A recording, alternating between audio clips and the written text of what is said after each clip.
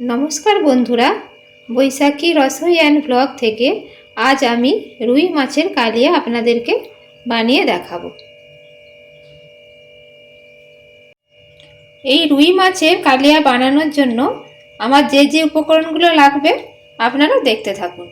এখানে আমি রুই মাছ নিয়েছি, আর এখানে আছে কোচানো পেঁয়াজ, আর নিয়েছি একটু ধনেপাতা কুচি, এখানে আছে টুকরো করা পেঁয়াজ, এখানে আছে দুটো কাঁচা লঙ্কা, আদা কুচি, রসুন, আর নিয়েছি টমেটো কুচি, আর এখানে আছে টক দই, এখানে আছে চিনি, আর এখানে আছে নুন।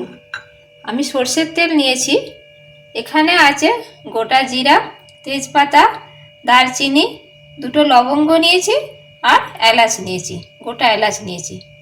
এখানে গরম মশলার গুঁড়ো নিয়েছি, এখানে নিয়েছি আমি জিরে গুঁড়ো, ধনে গুঁড়ো, হলুদ গুঁড়ো, আর লঙ্কা গুঁড়ো। আপনারা প্লিজ দেখতে থাকুন।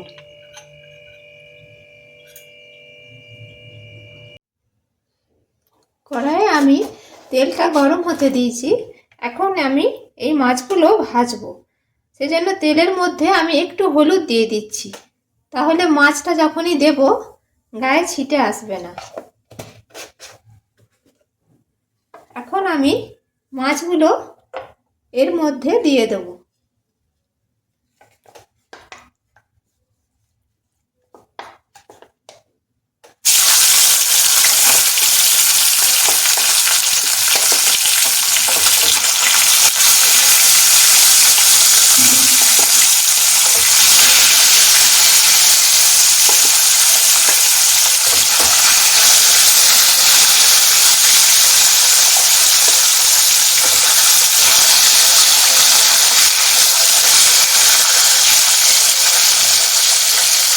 মাছগুলো আমি এইভাবে ভেজে নিচ্ছি।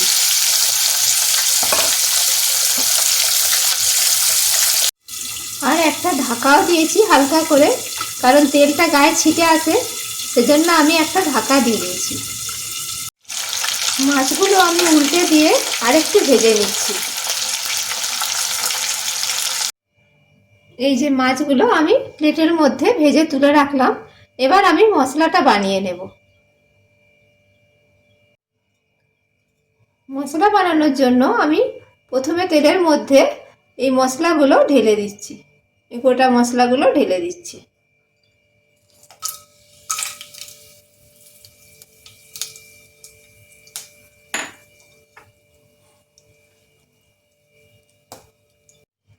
এবার আমি পেঁয়াজ কুচিগুলো এই তেলের মধ্যে ঢেলে দিচ্ছি।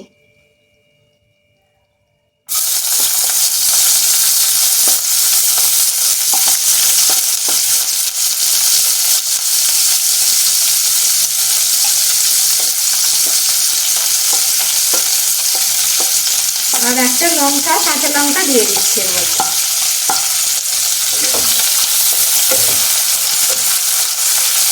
এর মধ্যে আমি একটু নুন দেব।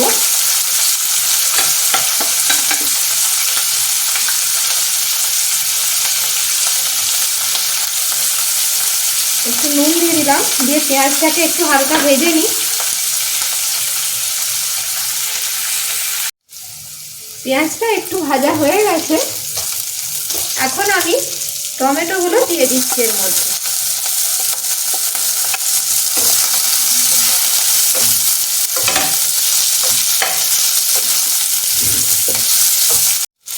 এখন আমি এইটার একটু পেস্ট বানিয়ে নেব। এখানে পেঁয়াজ আছে, আর রসুন, আদা, কাঁচা লঙ্কা, এইটা আমি একটু পেস্ট বানিয়ে নিচ্ছি। পেস্টটা আমি বানিয়ে নিয়েছি, এখন আমি এর মধ্যে ঢেলে দিচ্ছি।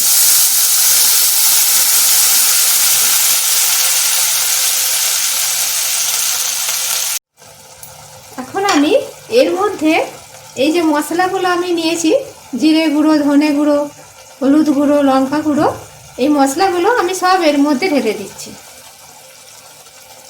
আর এর মধ্যে আমি একটু চিনি আর নুন দিয়ে দিচ্ছি। একটু চিনি দিয়ে দিলাম, আর একটু নুন দিয়ে দিচ্ছি। এবার আমি একটু কষিয়ে নিই মশলাটা। মশলাটা আমার কষানো হয়ে গেছে। এবার মাছগুলো আমি এর মধ্যে দিয়ে দিচ্ছি।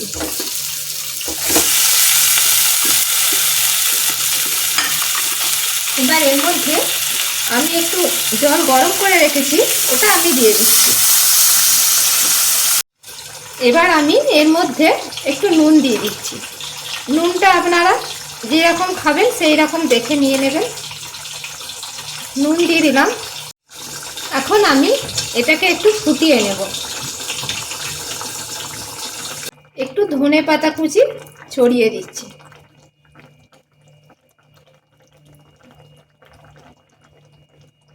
ধনে পাতা কুচি ছড়িয়ে দিলাম। ধনে পাতাটা ছড়িয়ে দিয়ে একটু চাপা দিয়ে দিলাম। এই গরম মশলার গুঁড়োটা দিয়ে দিচ্ছি। গরম মশলার গুঁড়ো দিয়ে আমি আর এটা বেশি ফোটাবো না।